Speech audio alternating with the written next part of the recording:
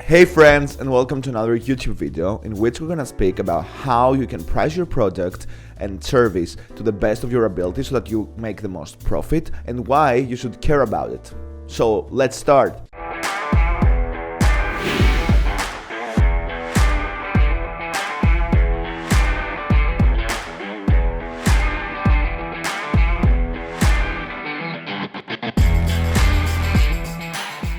Pricing is something that's super important, but most founders do not pay any attention to it. They rather make changes in their marketing funnels, in their sales funnels, but they actually never go back and change that pricing. And it's amazing because the stats show that actually it can diversify and grow your profit so significantly if you change your pricing by 1% rather than any other change you can make to your business. In a research that the Y Combinator did for 500 startup companies, it showed that an increase in 1% in your acquisition would grow your business to 3%, while 1% in retention would just grow your business by 6%. But what is amazing is that 1% of changing to pricing would just grow your business 12%. That's 2 times more than any retention strategy and 12 times more than any acquisition strategy. So this matters, and nobody out there pays attention. So if you do, you're gonna win big.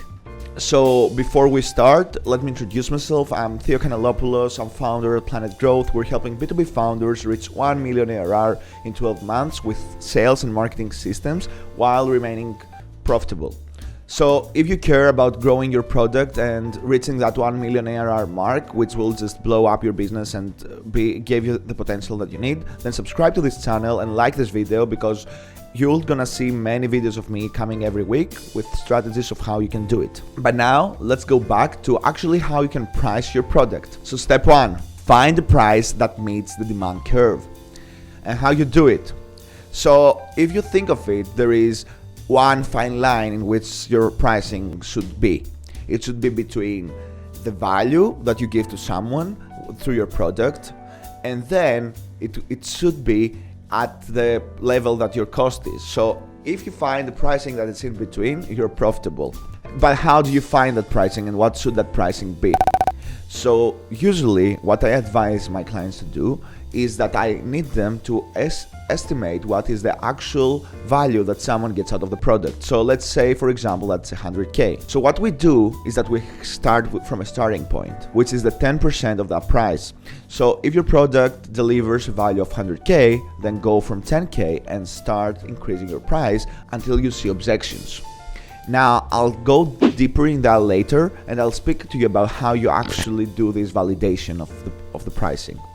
But let's go to the step 2, where we discuss about how the pricing should match your ICP. So here is another graph that I'm using and I'm sharing with my clients when we decide about pricing. And the pricing should fit to your ICP and to your audience. It's so different to sell an enterprise product, and there's such a different associated cost regarding account management and everything when you have a self-serve type of business. So your business model and your pricing should match that audience. If you find that your pricing is below 2K, then I suggest that your business shifts to that self-serve business model.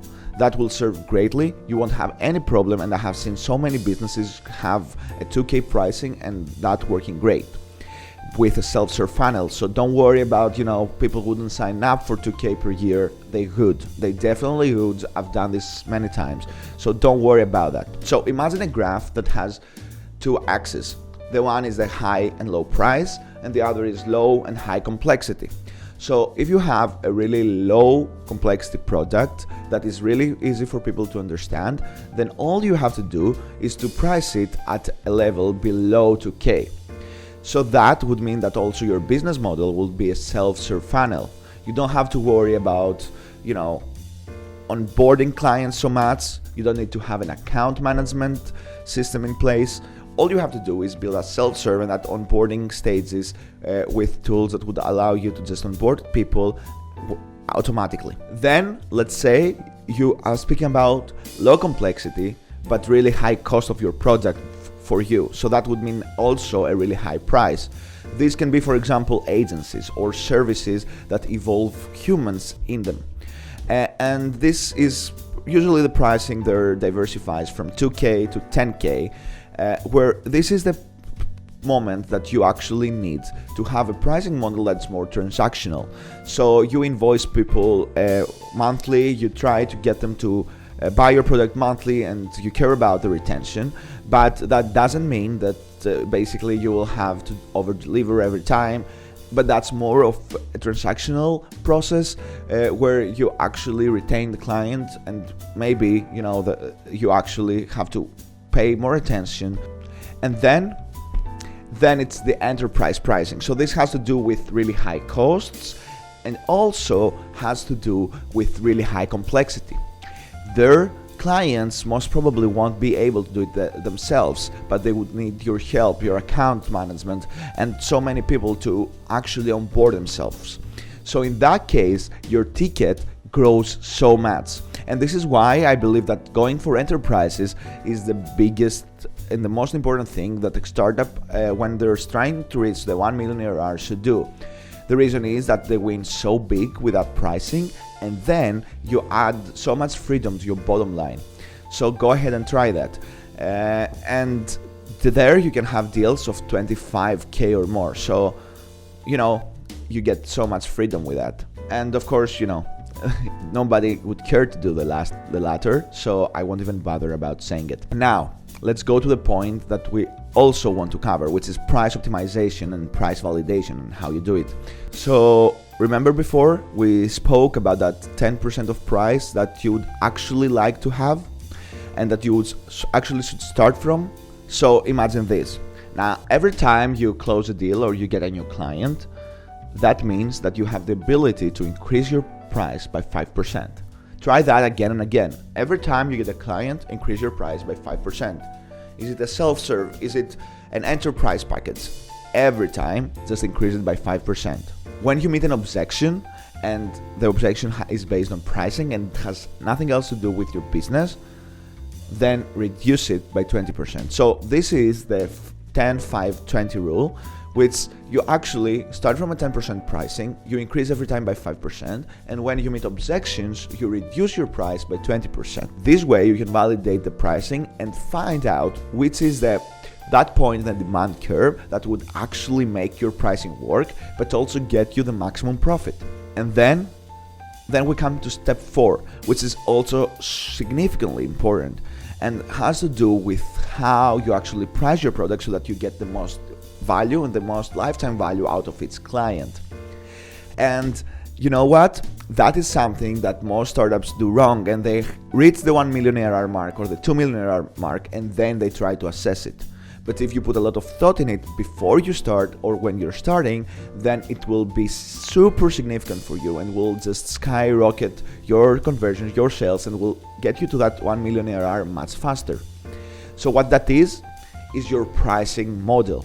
And there are a series of pricing models that you can use, and let me give you some examples. First type of pricing model is monthly and annual subscription. So this is the most classic SaaS model that everybody goes, and to me it's not making any sense. It's not helping a lot your business to grow, because basically you do not see the value that someone gets out of the tool, and you do not estimate it.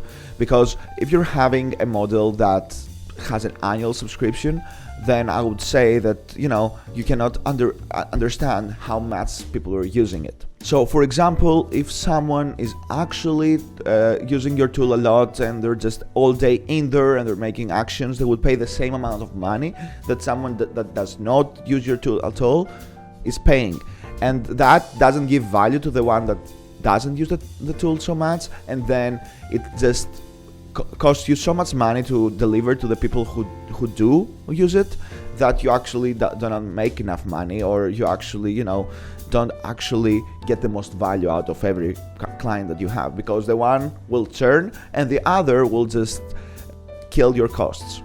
So one of my favorite ones, and this is type 2, is it's priced based on a characteristic. For example, how much traffic someone gets on their website or how frequently they use it. This is what actually helps you do and complete the first pricing model. So if you're actually trying to get people to sign up for your tool and they can't perceive the value, if you give them that pricing that just changes the more they use it, it will just help them see the value, get smoothly and be onboarded smoothly, while you actually also try to get the most out of them. And that's great. It's the most fair way to price a service. Type 3, different prices for different features.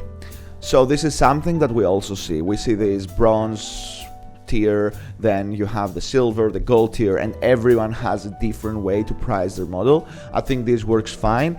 The only thing here is that you have actually to find out what are those features that would get someone to upgrade. And for that, you need a solid and robust product marketing team that would just skyrocket this. So wrapping this up is the biggest and most important thing, which is, okay, we've done all this, but how do we know that this helps us? What you have to do is that you have to understand what is the annual value that you get out of a client. So make your calculations, run your math, get back to the database and understand what is that annual value and compare that to your cost.